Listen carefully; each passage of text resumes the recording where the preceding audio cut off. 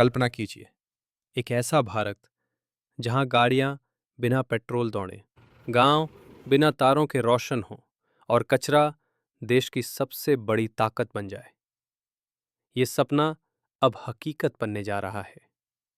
भारत ने वो कर दिखाया है जो अब तक अमेरिका, जापान और चीन सिर्फ सोच ही पाए थे।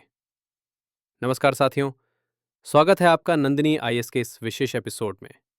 आज हम बात करने जा रहे हैं भारत की उस जबरदस्त खोज की जिसने न केवल ऊर्जा क्षेत्र में एक नई क्रांति ला दी है बल्कि भविष्य में भारत को ग्लोबल एनर्जी लीडर बना सकती है। हम बात कर रहे हैं solid oxide fuel cell SOFC तकनीक की।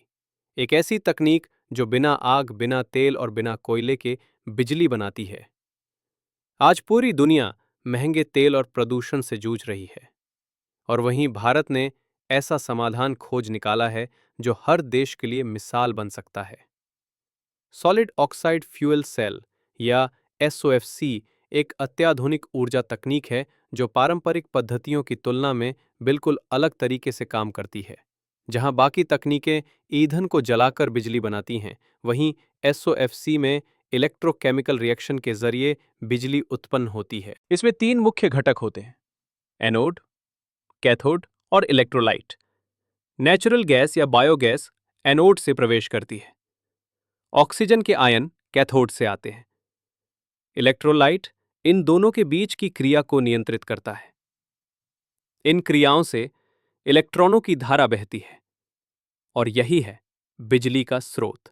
भारत के वैज्ञानिकों ने इस तकनीक को पूरी तरह से स्वदेशी रूप में विकसित किया है। इस प्रोजेक्ट में DRDO, IITs और कई निजी स्टार्टअप्स जैसे Qunergy India, green joules, Indian biogas association आदि ने योगदान दिया है। बेंगलुरु, पुणे और गुरुग्राम जैसे शहरों में इसका पायलट प्रोजेक्ट चल रहा है। अब यह तकनीक कचरे से बिजली बनाने में इस्तेमाल हो रही है, जिससे भारत का बायोडिग्रेडेबल वेस्ट ऊर्जा का स्रोत बन रहा है। भारत सदियों तक तेल आयात करने वाला देश रहा है, लेकिन अब अरब देशों का तेल महत्वहीन हो सकता है, क्योंकि भारत बायोगैस और वेस्ट से बिजली बनाएगा। रूस, जो भारत को सस्ते दामों पर तेल बेचता है, अब भारत खुद ही ऊर्जा आत्मनिर्भर बनने की दिशा में है। जो सोलर पैनल से दुनिया को नियंत्रित कर रहा था, अब उसकी स्थिति खतरे में है, क्योंकि भारत की ये तकनीक उससे सस्ती, स्थायी और अधिक कुशल है। SOFC में गैस को जलाया नहीं जाता, इसका मतलब है कोई धुआं नहीं, कोई चिमनी नहीं, मतलब कोई प्रदूषण नहीं।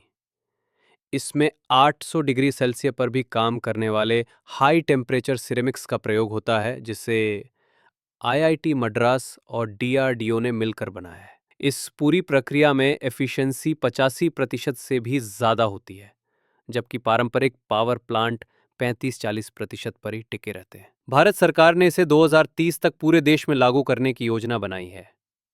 हर हाउसिंग सोसाइटी और इंडस्ट्रियल जोन में इस तकनीक को लगाया जा सकता है। ये मात्र एक शिपिंग कंटेनर जितनी जगह लेती है। एक यूनिट से 250 किलोवाट बिजली बनती है, जो एक पूरी कॉलोनी के लिए काफी है। अब भारत में कई नई परियोजनाएं शुरू हो चुकी हैं। उत्तर प्रदेश गंगा किनारे बसे गांवों में ऑफ ग्रिड पावर के लिए इसका ट्रायल। हरियाणा स्टार्टअप्स इसे MSMEs को दे रहे हैं। गुजरात इसे खेती से निकलने वाले कृषि अपशिष्ट से जोड़कर प्रयोग किया जा रहा है।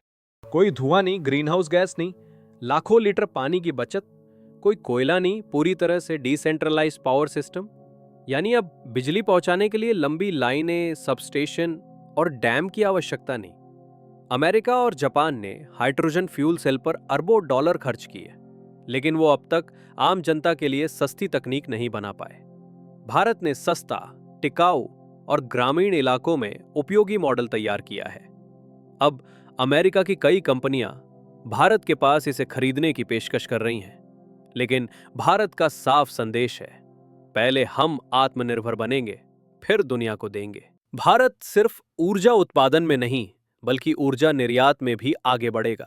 आने वाले सालों में भारत के पास एक ऐसा मॉडल होगा जिसे नेपाल, भूटान, बांग्लादेश, श्रीलंका, अफ्रीका जैसे देशों को एक्सपोर्ट किया जा सकता है। इससे भारत सिर्फ ऊर्जा गुरु नहीं बनेगा, बल्कि ग्लोबल क्लाइमेट लीडर भी। तो दोस्तों, अब समय आ गया है कि हम ऊर्जा की इस क्रांति को समझें और गर्व करें कि भारत ने विज्ञान के क्षेत्र में एक और कीर्तिमान रच दिया है। अगर आप चाहते हैं कि हर गांव, हर गली और हर फैक्ट्री बिजली से भर जाए, बिना तेल, बिना कोयला और बिना प्रदूषण के, तो इस वीडियो को शेयर जरूर कीजिए। कमेंट करें, क्वांटम नहीं, अब फ्यूल सेल ही असली सेल है। और हाँ, अगर आपने अभी तक नंदिनी आईएएस एकेडमी को सब्सक्राइब नहीं किया है, तो अभी कीजिए। जय हिंद, जय भारत।